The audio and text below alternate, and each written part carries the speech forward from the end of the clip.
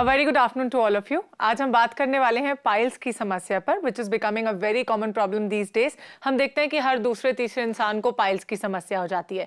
Basically ये proper diet ना लेने की वजह से होता है। और पाइल्स को हम डिफाइन कैसे करेंगे, वो ऐसे करेंगे कि पाइल्स होती हैं आपकी वेन्स में स्वेलिंग होने के कारण, या फिर आपके अराउंड द रेक्टम स्वेलिंग हो जाती है। इसमें हम जनरली स्टूल पास करने की जबरदस्ती भी कई बार कोशिश करते हैं, लेकिन ऐसा नहीं हो पाता। तो एक एडवाइस है मेरी कि जब भी आप पाइल्स के शिकार हो जाएं तो कभी भी अपनी एनस पर या अपने एनल रीजन पर स्ट्रेस करने की कोशिश ना करें, उसे पुश आउट या फोर्स करने की कोशिश ना करें to pass on your stool. इसके बारे में और बातचीत करने के लिए, इसके रीजंस हमें बताने के लिए और गाइड करने के लिए कि पाइल्स के केस में आप क्या कर सकते हैं, क्या आयुर्वेदिक रेमेडीज हो सकती हैं, इसके लिए हमारी आयुर्वेद एक्सपर्ट डॉक्टर विभा शर्मा हमारे साथ मौजूद है।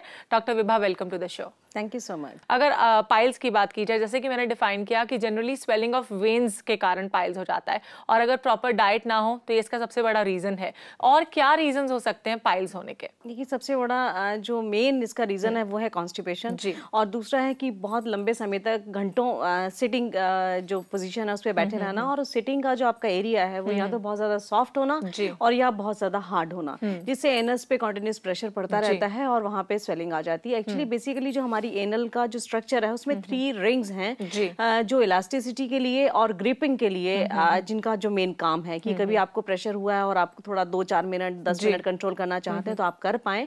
और इसके अलावा जो इलास्टिसिटी है कि जब कभी स्टूल हार्ड भी हो तो उसको जो पास करने के लिए अगर ज्यादा स्पेस चाहिए तो वो वहाँ पे उसकी जो ओपनिंग है वो थोड़ी सी बड़ी हो सके।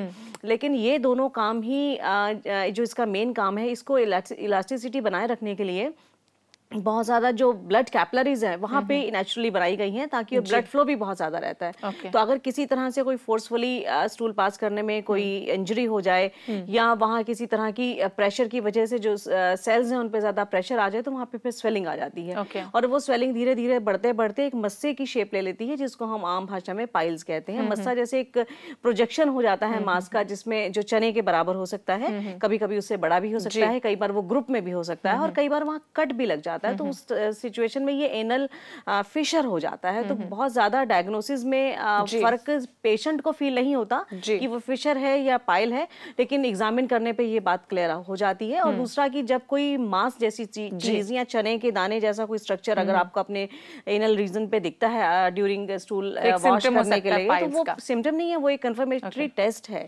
तो जरूरी है कि जैसे ही आपको ये अपनी प्रॉब्लम फील हो आप हेजिटेट ना करें और जाके अपना इलाज कराएं। इसके बारे में और बातचीत करेंगे पाइल्स के बारे में डॉक्टर विभा, लेकिन उससे पहले हम दिव्या के साथ बात करते हैं। जी Divya. Hello. Hello, uh very good afternoon Divya, बताइए। मैम आपको भी हेलो। मैम मेरे ना स्टमक एंड बैक पे अनवांटेड हेयर है, उसके लिए मैं क्या करूं? कहाँ पर अनवांटेड हेयर्स हैं? Stomach and back. Okay, stomach and back पर है, क्या कर सकती हैं? देखिए, कुछ खास नहीं किया जा सकता है क्योंकि जनरली जो हेयर ग्रोथ होती है वो हमारी स्किन प्रोटेक्शन के लिए गॉड गिफ्टेड होती है। लेकिन जब ये अनवांटेड बहुत ज्यादा हो जाते हैं तो डेफिनेटली गर्ल्स के लिए एक हैरेसमेंट का कारण है। लेकिन क्योंकि कई बार थोड़े बहुत हार्मोन डिस्टर्ब हो जाते हैं, अगर इनके भी हार्मोन डिस्टर्ब है, इनको अपने पीरियोडिक साइकिल में कोई चेंज दिखता है या ये ओवरवेट हो रही हैं, तो थोड़ा सा इनके लिए जरूरी है कि अपने टेस्ट करवा लें, थायराइड प्रोफाइल टेस्ट करा लें, और अगर मेंस्ट्रुअल साइकिल में डिस्टर्बेंस है तो उसकी दवाई लें। उससे बहुत ज्यादा मुमकिन है कि ये जो ग्रोथ है अपने आप चली जाएगी। लेकिन इसके अलावा कोई इस तरीके की दवा नहीं है जिससे हम ये कह सकें कि अनवांटेड ग्रोथ चली जाएगी। सिर्फ एक ही तरीका है कि आप थोड़ा सा चने का आटा और उड़द की दाल का आटा लें, जिस सफ़ेद धुली हुई उड़द की दाल का आटा, उसमें थोड़ा सा मिलाएं, उसमें थोड़ा सा मिलाएं आप ऑयल और थोड़ा दही, और इसको उपटन जैसा बना के और अपने जिस भी एरिया पे अनवांटेड है ना उससे बैकवर्ड डायरेक्शन में मसाज करें। तो धीरे धीरे ओवर द रेगुलर प्रैक्टिस वो जो रोए हैं वो होने कम हो जाएंगे। इसके अलावा कोई खास दवा और औषधि ऐसी नहीं है जिससे ये जो बाल हैं उनको हटाया जा सके। ओके, तो ubtan use can be good for you. अभी शालू के साथ बात करते हैं। जी शालू। हेलो। हेलो जी Shalu, uh very good afternoon, क्या पूछेंगे? मैम मैंने लास्ट टाइम आपसे वो बात करी थी अपनी बेटी के लिए, उसे साइनोसाइटिस है जी और एडिनॉइड्स भी हैं। कितने साल की आपकी बेटी? 9 साल की है। तो मैम ने मुझे सजेस्ट किया था कि आप नस्यम करा लें। जी, नस्यम सब लोग कह रहे हैं कि बच्चा छोटा है तो हो पाएगा इतने छोटे बच्चे के साथ? हाँ, बिल्कुल हो पाएगा, बिल्कुल हो पाएगा। किसी तरह की टेंशन की आपको लेने की जरूरत नहीं है। सिर्फ वो जो थेरेपिस्ट है करने वाला वो एक्सपीरियंस होना चाहिए, और जो डॉक्टर है वो प्रॉपर एक्सपर्ट होना चाहिए जिसकी गाइडेंस में नस्यकर्म कराया जा सके। क्योंकि ये इस तरीके का कोई टफ जो पंचकर्मा का ट्रीटमेंट है वो नहीं है। इसमें सिर्फ साइनस एरियाज पे मसाज की जाती है, उसके बाद स्टीम दिया जाता है, और उसके बाद कुछ ऑयल्स अंदर डाले जाते हैं, और उसके बाद कुछ फ्यूम्स हैं जो इनहेल करने के लिए दिए जाते हैं, तो इसमें किसी तरह की कोई डरने की आपको बात नहीं है, आप जरूर कराइए उसको। सो डोंट वरी, ये ट्रीटमेंट आप अपनी बेटी को बहुत ही आराम से दिला सकती हैं, बिल्कुल टेंशन मत लीजिए। अभी हमारे साथ फोन लाइन पर सुनील बात करेंगे। जी सुनील। हेलो। हेलो। हाँ डॉक्टर साहब नमस्कार। नमस्कार जी, स्वागत है आपका। डॉक्टर साहब ये मेरी वाइफ को ना हर 10 दिन 12 दिन पे स्टूल हार्ड हो जाता है और फिर ब्लड आता है। तो क्या ये पाइल्स है? ओके, स्टूल हार्ड हो गया है इनकी वाइफ का, तो क्या ये पाइल्स होने के लिए, जैसे अभी मैंने बताया कि एक सिम्टम, जिस टाइम वो अपना एनल एरिया वॉश करती हैं वहां पे इनको कोई मास की प्रोजेक्शन फील होनी चाहिए। अगर ऐसा है तो डेफिनेटली उनको पाइल्स हैं, और अगर ऐसा नहीं है तो सिर्फ स्टूल हार्ड होना और उसके बाद ब्लड आना, कई बार जैसे मैंने बताया कि एनल फिशर की वजह से भी हो सकता है, क्योंकि जो एनल रिंग में जो हमारी जो नेचुरल उसकी लाइंस हैं वो स्ट्रेट तरह से हैं, तो इसी तरह से जब स्टूल पास होता है और वो बहुत हार्ड होता है तो वहाँ पे कट लग जाता है, उस कट में से ब्लड आना शुरू हो जाता है, तो वो एनल फिशर भी हो सकता है। अगर मास की प्रोजेक्शन फील होती है तो वो पाइल्स हैं, अदरवाइज वो एनल फिशर हैं। दोनों ही चीज़ें सेहत के लिए ठीक नहीं है। कॉन्स्टिपेशन उनको नहीं रहनी चाहिए। उनको आप अभ्यारिष्टम दें 5 चम्मच सुबह शाम ब्रेकफास्ट और डिनर के बाद पीने के लिए, और रात को सोते वक्त 2 चम्मच कल्याण गुल्म खाने को दें, और ऐसा 3-4 महीने लगातार करें। अपनी जो डाइट है उसमें फाइबर थोड़ा सा ऐड करें। गेहूं में चने का आटा और व्हीट ब्रान जो बूरा होता है आटे का ही, वो थोड़ा सा ज़्यादा मिलाएं। छिलके वाली दाल रात को खाएं, और जो सैलड है उसको अपनी डाइट में शामिल करें, तो ये तकलीफ जो है होनी बंद हो जाएगी, क्योंकि जब कॉन्स्टिपेशन नहीं रहेगी तो फिर ये चीज़ भी नहीं रहेगी। ओके, क्या डिफरेंस है कॉन्स्टिपेशन और पाइल्स में, इसके बारे में बात करेंगे, लेकिन उससे पहले बात करते हैं एक और कॉलर के साथ। हेलो हेलो, सिमरन हमसे बात करेंगी। जी सिमरन। हेलो। जी सिमरन, बताइए क्या पूछेंगे? मेरे को थोड़ा अभी थोड़े टाइम से पाइल्स की प्रॉब्लम चल। कितने टाइम से पाइल्स की समस्या है आपको? एक्चुअली मैं अभी रिसेंटली थोड़ी ज्यादा हो रही है। और वही एनल रीजन में थोड़ा, जैसे उन्होंने बताया, चने दाल जैसा मस्सा हो जाता है। मैं एक्चुअली मैं होम्योपैथी लेती हूँ तो थोड़ा ठीक हो जाता है, लेकिन अभी जैसे मैं कभी एलोपैथी दवाई का कोई कोर्स करती हूँ तो मतलब एकदम मेरे को अंदर हीट हो जाती है और ये प्रॉब्लम ज्यादा बढ़ जाती है, या थोड़ा भी कहीं स्पाइसी खाना खा लूं तो ज्यादा प्रॉब्लम हो जाती है, तो इसलिए मैं क्या करूं? ओके, होम्योपैथिक भी ट्रीटमेंट ले चुकी है और एलोपैथिक के लिए भी जा चुकी है, तो आयुर्वेदिक क्या रेमेडी हो सकती है? देखिए, पहले तो ये एडवाइस करना चाहती हूँ कि कोई भी लाइन ऑफ ट्रीटमेंट फॉलो करें उसको पूरी ईमानदारी से करें, उसको मिक्स एंड मैच ना करें कि आप इसका कोई खराब इफेक्ट नहीं है और उसका अच्छा इफेक्ट नहीं है तो आप कभी ये ले लिया और कभी वो ले लिया, तो इस तरीके से किसी भी चीज़ से आप प्रॉपर ठीक नहीं हो पाएंगे। आयुर्वेद में आपको बताना चाहूँगी कि आप परशोघनीवटी ले सकती हैं, 2 टैबलेट सुबह शाम ब्रेकफास्ट और डिनर के बाद थोड़े से दूध के साथ। अभ्यारिष्ट लें 5 चम्मच सुबह शाम ब्रेकफास्ट और डिनर के बाद, और कल्याण गुल्म लें 2 चम्मच रात को सोते वक्त दूध के साथ। इनसे जो अंदर की आपकी ये जो हीलिंग है वो प्रॉपर हो जाएगी। और एक पाइलेक्स नाम से हिमालय ड्रग की एक ऑइंटमेंट आती है जिसको आप अपने एनल एरियाज पे अप्लाई कर सकती हैं। ऐसा आप 2 महीने करें और 2 महीने के बाद मुझे बताएं कि आपको कितना रिलीफ है। लेकिन कॉन्स्टिपेशन वाकई कभी नहीं रहनी चाहिए, क्योंकि पाइल्स एक बार ठीक हो जाने के बाद भी, और तो और कि एलोपैथ के थ्रू सर्जरिकली रिमूव कर दिए जाने के बाद भी दूसरी बार भी निकल आ सकते हैं और दूसरी जगह पाइल का फॉर्मेशन हो सकता है। इसलिए कॉन्स्टिपेशन कभी ना रहे। घर से बाहर भी खाना खाएं तो कुछ इस तरीके का खाएं जो बहुत ज़्यादा स्पाइसी ना हो और जो बहुत ज़्यादा स्टूल को हार्ड करने वाला ना हो। अभी हमारे साथ बात करेंगी ऋतु फोन लाइन पर। जी ऋतु। हाँ जी, मेरे बेटे की ना गिल्टियां निकल आई हैं। जी, कहाँ पर गिल्टियां आपके बेटे को? बाएं पे भी हैं और कमर पे भी हैं। ओके, हाथों पर हैं, आर्म्स पर और कमर पर भी हैं। देखिए, जो गिल्टियां निकलती हैं कई बार, बहुत बार ऐसा कारण होता है। वेट क्या कम होता जा रहा है आपके बच्चे का? नहीं है हमारे साथ फोन लाइन पर ऋतु अभी। तो ऐसा है, कई बार ट्यूबरक्लोसिस का इन्फेक्शन होने की वजह से भी डिफरेंट तरह की गिल्टियां बॉडी में निकल आती हैं। और क्योंकि जनरली छोटा बच्चा है तो कोई सिम्टम इस तरीके के हो सकते हैं कि भूख लगनी कम हो जाए या बुखार होना शुरू हो जाए, लो ग्रेड फीवर रेगुलर रहने लग जाए। लेकिन जरूरी है कि जो भी वो गिल्टियां हैं उसके लिए एक तो आप एंटी ट्यूबरक्लोसिस के जितने भी टेस्ट हैं वो करा लिए जाएं। और अगर गिल्टियां इस तरीके की हैं कि उसमें कुछ लिक्विड फॉर्मेशन जैसी दिखती है तो वो FNAC भी कराया जा सकता है, यानी कि उन गिल्टियों में से थोड़ा सा जो पानी है वो निकाल के टेस्ट कराया जाए, क्योंकि ये रूल आउट करना बहुत जरूरी है कि जो गिल्टियों की नेचर है वो क्या है, अगर वो क्यों बन रही है। अगर ट्यूबरक्लोसिस का इन्फेक्शन उसका रीजन है तो उसका इलाज करना जरूरी है, और अगर वो एक रीजन नहीं है तो इसका मतलब ये है कि बॉडी में कुछ ऐसे टॉक्सिन्स हैं जो एक्यूमुलेट हो रहे हैं और बॉडी से बाहर नहीं निकल रहे हैं। उसके लिए फिर दूसरा लाइन ऑफ ट्रीटमेंट किया जाता है, सो दैट वो भी निकले। और क्योंकि बच्चा छोटा है तो ये प्रॉब्लम नहीं रहनी चाहिए। तो पाइल्स के केस में और क्या किया जा सकता है अगर कोई समस्या का शिकार है, इसके बारे में बात करेंगे डॉक्टर विभा, लेकिन उससे पहले कॉल फॉर केयर में वक्त हो गया एक छोटा सा ब्रेक लेने का। So stay tune and keep watching call for care.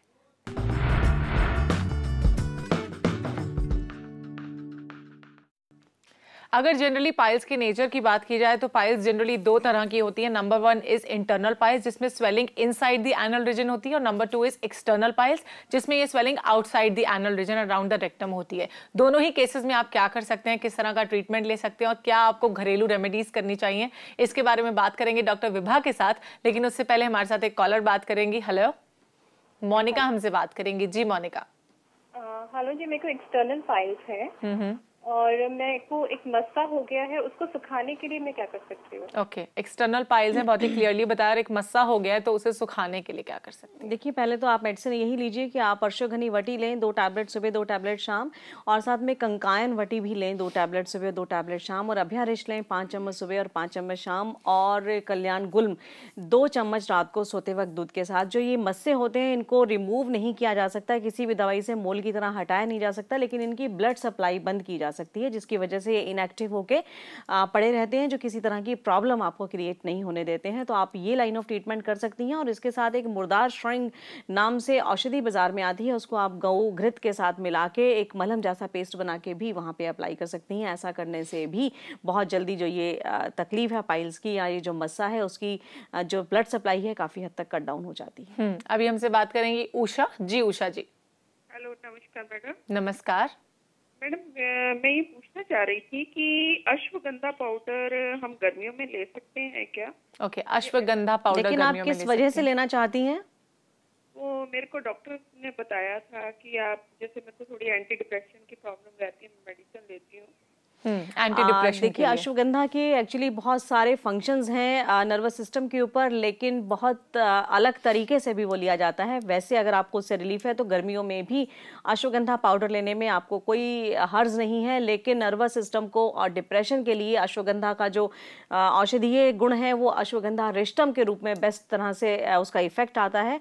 आप अश्वगंधा रिष्टम भी ले सकती हैं 5 चम्मच सुबह शाम ब्रेकफास्ट और डिनर के बाद। और अगर आप ओवरवेट हैं तो आपको अश्वगंधा पाउडर नहीं लेना चाहिए वैसे भी, और अगर आप अंडरवेट हैं तब आप उसको ज़रूर ले सकती हैं, लेकिन सर्दी और गर्मी से इसका कोई रिलेशन नहीं है। ये दोनों मौसमों में अनुकूल है बॉडी के, लेकिन डिपेंड करता है कि उसको किस तरीके से लेना है और उसका बॉडी के किस पार्ट में हमें क्या इफेक्ट होना चाहिए और कैसा हम उससे चाहते हैं। और एग्जैक्टली अगर क्वांटिटी की बात की जाए तो कितनी क्वांटिटी लेनी चाहिए अश्वगंधा पाउडर की? देखिए, पाउडर जो है जितने भी पाउडर फॉर्म में काष्ठीय औषधियाँ होती हैं आयुर्वेद में, जनरली एक नॉर्मल वेट, नॉर्मल हाइट और नॉर्मल जो एडल्ट एज है उसमें 3 to 5 ग्राम्स होता है, अनलेस की कोई बहुत ही सीरियस और एडवांस डिजीज है जिसमें हमें डोज बढ़ाने की जरूरत है, या कोई बहुत छोटा बच्चा है जिसमें डोज कम करने की जरूरत है। एक जो मॉडरेट जो डोज है किसी भी चूर्णम की या पाउडर फॉर्म में किसी भी दवाई 3 से 5 ग्राम है। 3 से 5 ग्राम। ओके, अभी हमसे प्रियंका फोन लाइन पर बात करेंगी। जी प्रियंका। हेलो। हेलो। हेलो, नमस्ते मैडम। नमस्कार, बताइए प्रियंका, क्या पूछेंगे? मुझे पीसीओडी का प्रॉब्लम है, मैं 19 इयर्स की हूँ, उसकी वजह से मुझे पिंपल्स भी आते हैं, तो आप मुझे दवाई बताइए। ओके, पीसीओडी का प्रॉब्लम है, 19 इयर्स की है। कॉमन हमारे यंग बच्चियों में ये तकलीफ होती जा रही है। ये नेचुरली अब ये लगने लगा है कि वाकई ये लाइफस्टाइल डिजीज है। थोड़ा सा जंक फूड कम करें, थोड़ी सी एक्सरसाइज ऐड ऑन करें, और हो सके तो किसी अच्छे योगा टीचर से सीखने के बाद एक बार प्राणायाम सीखने के बाद आप कंटिन्यू घर में करें। और पत्रांगासव, दशमूलारिष्टम और अशोकारिष्टम तीनों में से 5-5 चम्मच सुबह शाम ब्रेकफास्ट और डिनर के बाद लें। और कांचनार गुगलू की 2 टैबलेट सुबह और 2 टैबलेट शाम लें। ये आप कम से कम 6 महीने लें। और साथ में एलाउज कंपाउंड भी 2 टैबलेट सुबह और 2 टैबलेट शाम लें। 6 महीने ऐसे करें और उसके बाद दूसरा अल्ट्रासाउंड कराएं। बहुत मुमकिन है कि आपकी ये समस्या काफ़ी हद तक उस वक्त तक ठीक हो जाएगी। अगर आपकी जो साइज़ है सिस्ट के वो बहुत ज़्यादा हैं तो आप टेसू के फूलों से भी सिकाई कर सकती हैं अपने लोअर एब्डोमेन पे, लेकिन वो भी कॉन्टिन्यूअस कम से कम 20 डेज जरूर होनी चाहिए। चलिए इसी के साथ पुनीत के साथ बात करते हैं। जी पुनीत। हेलो। हेलो जी पुनीत, क्या पूछेंगे?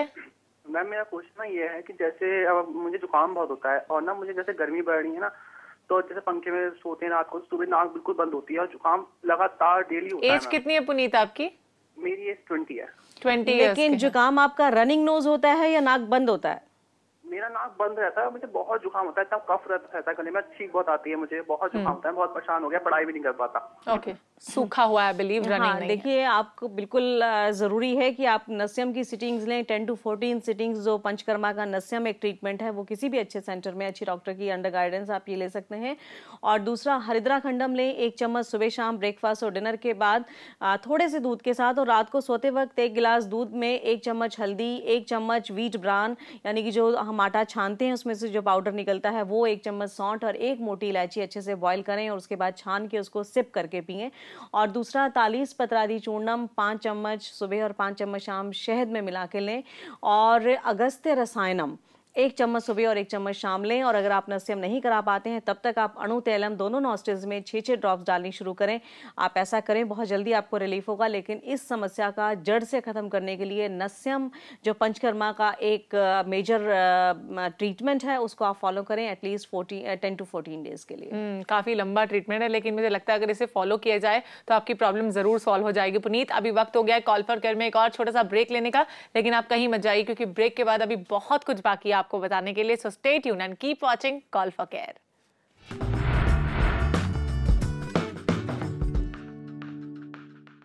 Welcome back. जनरली पाइल्स की समस्या किसी भी एज में हो सकती है और किसी को भी हो सकती है, लेकिन कॉमनली ओल्डर एज में पाइल्स की समस्या ज्यादा पाई जाती है। और बहुत सारे एक्सपर्ट्स का ये मानना है कि पाइल्स की समस्या due to swelling of veins या फिर वेन्स पर कॉन्टिन्यूस प्रेशर होने की वजह से ज्यादा होती है। अभी हमसे डिम्पल बात करेंगी फोन लाइन पर। जी डिम्पल। हेलो। हेलो। हाँ मैम, एक्चुअली मुझे कई सालों से कॉन्स्टिपेशन की प्रॉब्लम रही है। जी। तो लेकिन फिर पिछले 1 साल से लगभग मुझे पाइल्स की भी प्रॉब्लम हो गई थी। तो अभी मुझे किसी ने कॉन्स्टिपेशन के लिए बताया कि आप सनाई की पत्ती और मिश्री और सौंफ का इक्वल क्वांटिटी में लेकर के उसको लीजिए। तो मैंने लिया जी और मुझे उससे काफी फायदा हुआ है। ओके। तो मैम बट पाइल्स में अभी पहले ब्लीडिंग होती थी, अब नहीं होती है, तो काफी फायदा पड़ा है। लेकिन मैम उससे बालों में बहुत ज्यादा इफेक्ट पड़ा है, बहुत ज्यादा झड़ना, हेयर फॉलिंग और बहुत पतले हो गए हैं, कमजोर हो गए हैं। ओके। एज कितनी है आपकी डिम्पल? 23 इयर्स की हैं, वेरी यंग एज है इनकी, और अभी से पाइल्स की समस्या। उन्होंने कहा कि जो सॉल्यूशन इन्होंने अपनाया उसकी वजह से बाल बहुत ड्राई हो गए, झड़ने लगे हैं। देखिए, जो आपने लाइन ऑफ ट्रीटमेंट दिया है वो बेसिकली सिर्फ कॉन्स्टिपेशन का है, पाइल्स का उसके ऊपर कोई इफेक्ट नहीं है। तो सनाई की पत्ती का जब इस्तेमाल किया जाता है, क्योंकि ये गर्म होती है, इसी वजह से उन्होंने उसमें मिश्री मिला के देने को कहा है। और सनाई की पत्ती का इफेक्ट सिर्फ हमारी इंटेस्टाइन्स की मूवमेंट के ऊपर है, यानी कि मूवमेंट बढ़ जाती है और स्टूल पास हो जाता है, और उस वजह से एनल एरिया पे प्रॉब्लम, प्रेशर नहीं पड़ता, तो पाइल्स नहीं होते हैं। ये पाइल्स का ट्रीटमेंट नहीं है, ये कॉन्स्टिपेशन का ट्रीटमेंट है। लेकिन क्योंकि कॉन्स्टिपेशन ही मेन कारण है पाइल्स होने का, तो वो कारण ठीक हुआ है तो आपको वहाँ रिलीफ लग रहा है। लेकिन आपके बाल जो झड़ रहे हैं वो इसकी वजह से नहीं है। आप उसके लिए अपनी डाइट ठीक रखें, क्योंकि ड्राइनेस क्रिएट हो सकती है, क्योंकि ये बहुत ज़्यादा गर्म मेडिकेशन है। तो आप सिर पे दही लगा सकती हैं, उसमें नींबू मिला के उसको यूज़ कर सकती हैं, तो इसका जो वो साइड इफेक्ट है वो ऐसे ख़त्म हो जाएगा।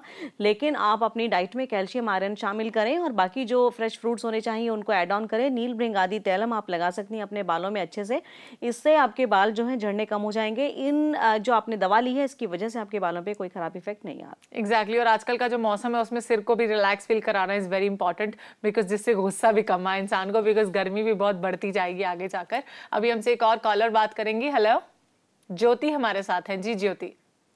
हेलो। हाँ हेलो जी ज्योति, अब वेरी गुड आफ्टरनून, क्या पूछेंगी?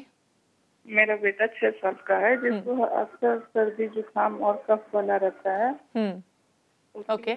बेटा 6 साल का है, उसे सर्दी जुकाम और कफ बना रहता है। देखिए, आप उसको कम से कम 6 महीने के लिए वासारिष्टम पीने को दें, 3 चम्मच सुबह शाम ब्रेकफास्ट और डिनर के बाद, और सेप्टिलिन सिरप भी 2 चम्मच सुबह और 2 चम्मच शाम 6 महीने के लिए दें। और अगस्त्य रसायनम 1 चम्मच दिन में 1 बार दूध के साथ लें। ऐसा उसको 6 महीने तक दें, तो धीरे धीरे इसकी जो इम्यूनिटी है वो बिल्डअप हो जाएगी।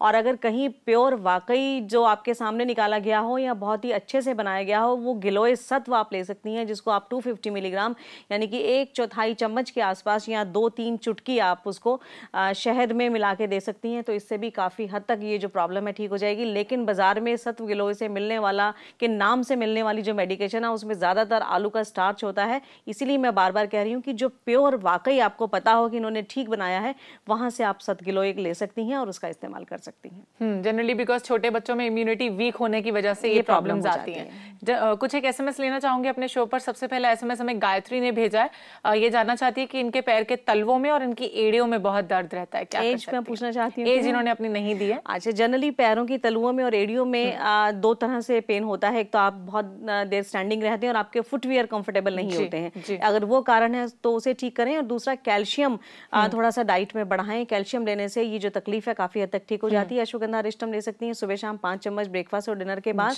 और परवाल भस्म उसमें 2 चुटकी मिला के वो भी आप ये ले सकती हैं, तो कैल्शियम भी ठीक हो रहेगा और पेन भी कम हो जाएगा। नेक्स्ट एसएमएस लेते हैं। इन्हें डायबिटीज है, इन्होंने अपना नाम नहीं दिया है, 44 ईयर्स के हैं, जिसकी वजह से इनके बाल जो हैं बहुत ड्राई होने लग गए हैं और लाइट होने लग गए हैं। देखिए 44 एज की जो एज है उसमें बाल वैसे भी जो जनरली मेल पार्टनर्स हैं उनके हल्के होने लग जाते हैं और इनहेरिटेड भी ये हो सकते हैं। तो सिर्फ डायबिटीज को ही इसके लिए कल्प्रिट ना माना जाए। और एक अच्छा सा हेयर पैक जिसमें भृंगराज है, आंवला, शिकाकाई है, और उसको दही के साथ मिला के अपने स्कैल्प पे लगा सकते हैं, जिससे अंदर से रूट से न्यूट्रिशन मिलेगा बालों को, तो हेयर फॉल कम हो जाएगा। नेक्स्ट एसएमएस शैली का है और ये जानना चाहते हैं कि ब्रेस्ट को हेवी करने के लिए क्या कर सकती हैं। देखिए वैसे तो जो बेसिक स्ट्रक्चर है उसमें कुछ आप बहुत ज़्यादा चेंजेस नहीं कर सकते हैं। डाइट में थोड़ा प्रोटीन इनको ऐड ऑन करना चाहिए और लाक्षादि तैलम से अपवर्ड डायरेक्शन में ये मसाज कर सकती हैं, लेकिन रेगुलर ऐसा करना होगा और 2-3 महीने पेशेंस रखनी होगी। उसके बाद इनको लगेगा कि काफ़ी हद तक इनका जो फ़र्क ये फील करेंगे। नेक्स्ट एसएमएस है वाइस वर्सा प्रिया का। ये जानना चाहती हैं कि ब्रेस्ट को लाइट करने के लिए क्या कर सकती हैं। देखिए कुछ खास एक्सरसाइजेज ही हैं जिनके लिए ये स्ट्रेचिंग एक्सरसाइजेज हैं, उसको ऐड ऑन कर सकती हैं अपनी डेली यूज रूटीन में। और डाइट कंट्रोल कर सकती हैं जिसमें प्रोटीन ये कम कर दें, जिससे इनको धीरे धीरे ये प्रॉब्लम हो। लेकिन फिर ये भी ध्यान रखना पड़ेगा कि सैगिंग नहीं हो जाए उसकी, फिर क्योंकि एक नई प्रॉब्लम इनको फील होने लगेगी। तो बहुत ज्यादा कॉन्शियस ना रहें, सिर्फ एक्सरसाइजेज करें और उस पर अपने आप को कॉन्शियस फोकस करें। ओके विभा जी, बहुत ज्यादा वक्त तो नहीं बचा है, इसलिए आपका शुक्रिया करना चाहूंगी। आप यहाँ पर आए, इसके लिए आपका धन्यवाद। आपने सभी कॉलर्स के सवालों के जवाब दिए, इसके लिए भी शुक्रिया। Thank you so much.